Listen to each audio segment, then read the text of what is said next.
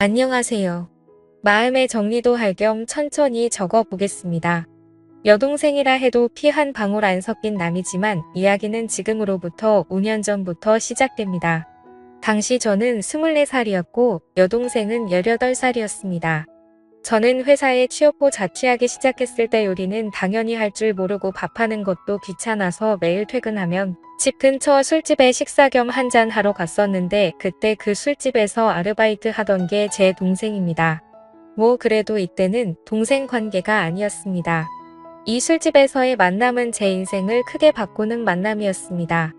주 4일은 밥 먹으러 다니니까 점장님도 기억할 수 있었고 저도 반대로 대충 어떤 아르바이트생이 있는지도 기억하고 있었습니다. 특히 여동생은 주 6일에 아르바이트를 했기 때문에 인상적이었습니다. 그래서 평소처럼 자리를 잡고 한잔 마시면서 밥을 먹고 있었는데 그날이 토요일인데다 평소보다 더 붐볐습니다. 20여 개 있는 테이블도 제 옆자리만 비어있을 정도였습니다. 사람이 너무 많아서 혼자 테이블 차지하고 있는 게 눈치가 보여 후딱 마저 먹고 나가려고 생각하고 있었는데 느닷없이 누군가 말을 걸었습니다. 저기 죄송한데 옆에 좀 앉아도 될까요? 그때는 제 동생도 아니었고 뭐 어쨌든 피가 안 섞여서 동생은 절대 아니니까 편의상 수지라고 적을게요. 저에게 말을 건 사람은 수지였고 아무래도 아르바이트가 끝난 시간이었던 것 같습니다. 아르바이트 끝나고 식사를 하기 위한 자리가 제 옆밖에 안 비어 있었던 거죠. 저는 앉아도 된다고 했습니다. 하지만 그와 동시에 복장을 초라하네 눈이 갔습니다. 제 또래의 여자로 보이는데 깨묻은 티셔츠에 촌스러운 청바지 그리고 낡은 컨버스. 주 6일이나 아르바이트 하는데 꼭 살 돈이 없나? 돈을 모으고 있나? 라는 의문이 들어도 머릿속의 생각으로만 끝났지 물어볼 수는 없었습니다. 그날은 결국 대화다운 대화도 나누지 못했지만 왠지 호기심이 생겼습니다. 수지가 자리에서 일어난 후 가게 점장님께 수지에 대해서 무심코 물어봤습니다.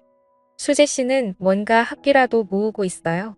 훌륭하네요. 나이도 젊은데 왜 그렇게 생각해? 아니 올 때마다 항상 아르바이트를 하고 있고 옷도 잘 안 사 입는 것 같아서요. 아니 쟤는 집안 사정이 많이 복잡해. 사정이 많이 딱해. 그래서 안타까워서 아직 고등학생이지만 아르바이트 쓰는 거야. 아 그래요? 고등학생인데 참 대단하네요. 반했어? 반하진 않았지만 왠지 모르게 흥미를 갖게 되었습니다. 그래서 기분 나쁘지 않은 수준으로 가게에서 말을 걸거나 자연스럽게 들리는 이야기들을 듣기를 3개월 정도 계속하던 어느 날 우연히 제가 가게 뒷문을 나온 타이밍에 수지가 가게 뒤에서 고함을 지르는 목소리를 들었습니다. 근처로 가보니 통화 중이었고 들으려고 했던 건 아닌데 고함을 지르는 모습에 무슨 일인지 궁금하여 근처에서 통화하는 것을 엿들었습니다. 들려온 내용은 자세하게 못 알아들었는데 뭔가 돈 때문에 혹신각신하는 것 같았습니다. 어제 30만 원 줬는데 왜? 이런 대화였습니다. 대충 통화가 끝났을 무렵 이번에는 서럽게 우는 소리가 들려왔습니다. 자주 봐서 친하다고 착각한 저는 그 순간 무슨 일인지 몰라도 도와주지 않으면 안 된다는 생각에 용기를 내서 말을 걸었습니다. 밤늦은 시간에 가게 뒤에서 울고 있는 여자에게 양복 입은 직장인이 말을 건네는 건 이상한 모습으로 보이겠지만 그런 건 개의치 않았습니다. 무슨 일 있어요? 수지는 눈물을 너무 많이 흘렸는지 눈을 동그랗게 뜨고 있었습니다. 왜요? 누가 돈 빌려달래요? 아니에요. 남에게 말할 건 아닌 것 같아요. 괜찮아요. 에이 괜찮아요.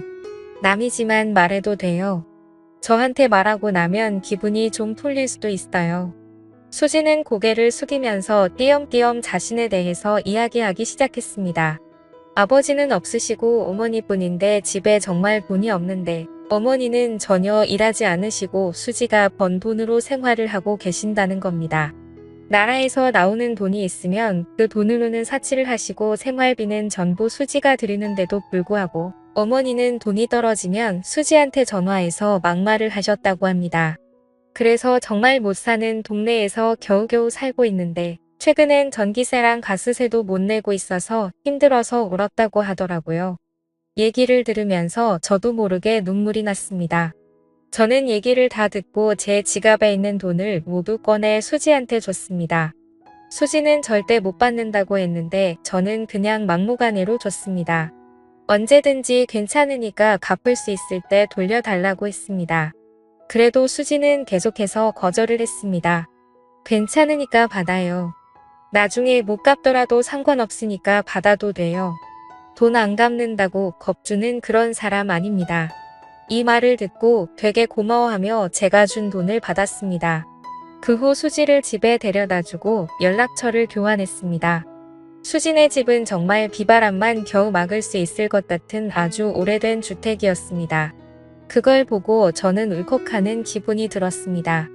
돈은 2주 뒤에 돌려줬습니다. 저는 무슨 일이 있을 때마다 수지를 신경 썼습니다. 아르바이트만 하니까 공부가 소홀해진 건 아닌지 그런 생각이 들어서 가르쳐주거나 집에 안 쓰는 물건 같은 것도 주고 했습니다. 고등학생과 사귀는 사이거나 그런 건 절대 아니었고 친구처럼 꽤 친해져서 제 집에도 자주 들락날락했습니다. 알게 된 지 1년 정도 지난 시점에는 살이 빠져서 안색도 별로 안 좋아 보였던 애가 누가 봐도 건강하게 보일 정도로 살도 붙었습니다. 예전에 저를 만나기 전에는 아침 점심 거르고 하루에 한 끼 먹는 게 전부였다고 했습니다. 상상만 해도 또 눈물이 나네요. 그래서 저는 제 집에 놀러 올 때면 먹고 싶은 거 항상 사주고 아르바이트 끝나면 배가 찢어지게 먹을 수 있도록 해줬습니다. 그러다 수지가 고등학교 졸업이 얼마 안 남을 무렵에 한밤중에 저에게 전화를 했습니다. 상당히 동요하는 목소리였고 숨을 제대로 못 쉬는 것 같았습니다. 통화로는 대화가 어려웠고 결국 저는 수지의 집으로 향했습니다. 집에 도착하니 수지가 나왔는데 눈물 범벅인 얼굴과 토사물이 얼굴과 옷 여기저기에 묻어 있었습니다. 천천히 진정시키고 무슨 일이냐고 물으니 어머니께서 갑작스레 심장마비로 술집 화장실에서 쓰러졌다는 겁니다. 계속 눈물만 흘리고 어쩔 줄 몰라 하는 수지를 데리고 어머니께서 옮겨진 병원으로 함께 갔습니다. 병원에 도착하자 이미 어머니께서는 안치소 같은 곳에 있었습니다. 같이 술을 마셨던 것 같은 아저씨가 거기에 있었습니다. 화장실에서 멀리 볼 때 심장마비를 일으켰나봐 수지는 계속 울었고 저도 어떻게 해야 할지 몰라서 저는 그냥 나왔습니다. 근데 그때나 지금이나 저는 깊이 생각을 안 한다던가 제멋대로인 면이 있는 건 알고 있지만 수지 어머니께서 쓰러지셨다고 했을 때 차라리 이게 잘 된 게 아닐까 생각했습니다. 지금까지 수지를 괴롭혔고 수지도 자유로워질 수 있다고 생각했거든요. 하지만 수지는 효도를 못했다던가 자기가 신경 쓰지 않았기 때문에 죽었다면서 흐느끼어 울었습니다.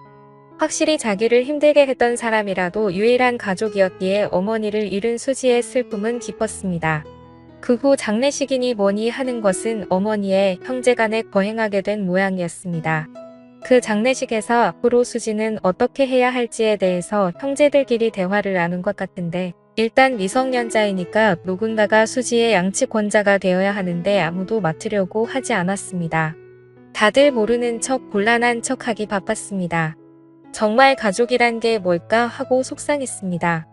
고등학교를 졸업하면 취직해서 독립할 거고 미용사가 되고 싶다고 딱 한 번 말한 적이 있었는데 하고 싶은 것을 할 수 있는 환경에서 꿈을 이뤘으면 좋겠다는 제 바람과는 달리 잘 안 될 것 같아 보여서 슬펐습니다. 결국 마지막에 수지의 이모가 돌보게 됐는데 저는 아무래도 납득이 가지 않아서 한 가지 생각을 하게 되었습니다. 여자친구도 아니고 미성년이고 주위의 시선들도 신경 쓰였지만 그래도 저는 수지가 행복하길 바랬습니다. 제가 행복하게 해준다거나 그럴 자신도 없었지만 제 입이 먼저 움직였습니다. 수지야, 우리 집으로 와네. 돈 없지? 그러니까 우리 집에서 살아. 무슨 생각이에요? 그동안 힘들었잖아. 앞으로는 그만 힘들었으면 좋겠어. 그러니까 내 동생으로서 우리 집에 와서 살아. 여동생이요? 그럴 순 없어요. 몇몇 대화를 더 나눴는데 결국 수지가 결정하기까지 일주일 정도 걸렸고 최종적으로 반년 동안만 신세 지는 걸로 해서 제 집에 오기로 했습니다. 일단 친권자가 되신 아주머니께 허락을 받기 위해서 면담을 했더니 아니나 다를까 흔쾌히 승낙을 하셨습니다. 그때의 표정은 짊어지던 짐이 없어진 것 같은 안도의 표정이셨는데 평생 잊지 못할 표정이었습니다. 그리고 저와 수지의 남매 생활은 고등학교 졸업을 기점으로 시작되었습니다. 같이 살기 시작했을 때 뒤늦게 제 부모님께도 말씀을 드렸는데 특히 아버지께서 너는 훌륭한 남자야 라며 상당히 응원해 주셨기 때문에 큰 걱정 없이 수지를 돌볼 수 있었습니다. 졸업 후 바로 취업하려던 수지는 제가 극구 반대를 해서 1년 재수 후에 미용 전문학교에 입학을 했습니다.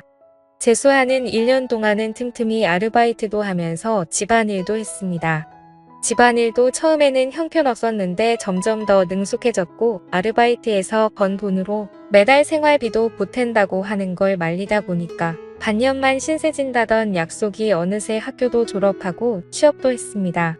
처음에는 촌스럽게 차를 입었었는데 정말 예쁜 여자가 돼서 학교 졸업식에서 신세진 사람에게 메시지를 전하는 자리에서 다들 부모님이나 선생님을 얘기했는데 수지만 혼자서 탱탱씨 고맙습니다 하면서 메시지를 읽는데 눈물이 핑 돌더라고요. 처음에는 다음 달에 꼭 저에게 신세진 거 갖고 나가서 살 거라는 게 말버릇이었는데 언제부턴가 조금만 더 지내도 될까요? 라는 게 말버릇이 되어 있었습니다. 그런 애매한 관계를 결국 계속해서 지금에 이르렀는데 최근에 수지가 우리의 관계를 확실히 하고 싶다는 말을 했습니다. 저는 20대를 거의 수지에게 바쳤고 여자로서 의식하지 않았다고까지는 말할 수 없지만 우연히 손이라도 스치면 수지는 겁을 먹는 듯 했었고 처음 2년 동안은 돌아가신 어머니한테 원망받는다고 밤이면 밤마다 울고불고 최근 1년 동안은 화가 치미는 일도 많았습니다.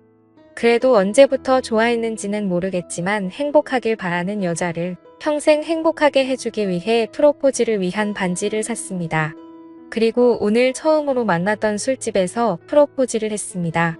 상대도 어렴풋이 눈치는 채고 했었겠지만 실제로 프로포즈를 하니 펑펑 울면서 숨쉬기도 힘들어해서 대답이 좀처럼 돌아오지 않아 매우 초조했습니다.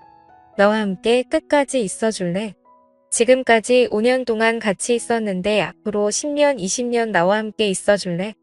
닭똥 같은 눈물을 펑펑 쏟아내기 시작하는데 아르바이트생들 총출동해서 축하해 주려던 점장도 너무 소란스럽고 대답이 돌아오지 않아 초조함이 극에 다다를 때 진정이 된 수지가 그동안 너무 불안했다고 얘기를 하기 시작했습니다.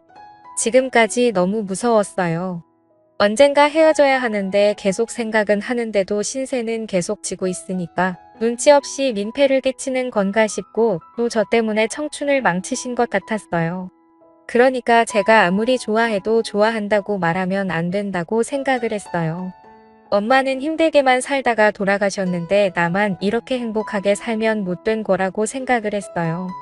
눈물 범벅된 얼굴로 흐느끼며 여자로 안 보는 것 같아 괴로웠다는 등의 얘기 끝에 프로포즈를 받아줬습니다. 집으로 돌아오는 길에도 울었는데 집에 도착해서는 너무 늦게 프로포즈를 했다며 저에게 화도 냈습니다. 돌이켜보면 정말 그날 수지에게 말 걸어서 다행이라고 진심으로 생각합니다. 동시에 그때 제가 말을 걸지 않았다면 어떻게 되었을까 하고 생각하면 괴롭네요. 진심으로 사랑할 수 있는 사람을 만난 것에 하루하루 감사하면서 살겠습니다. 시청해주셔서 감사합니다.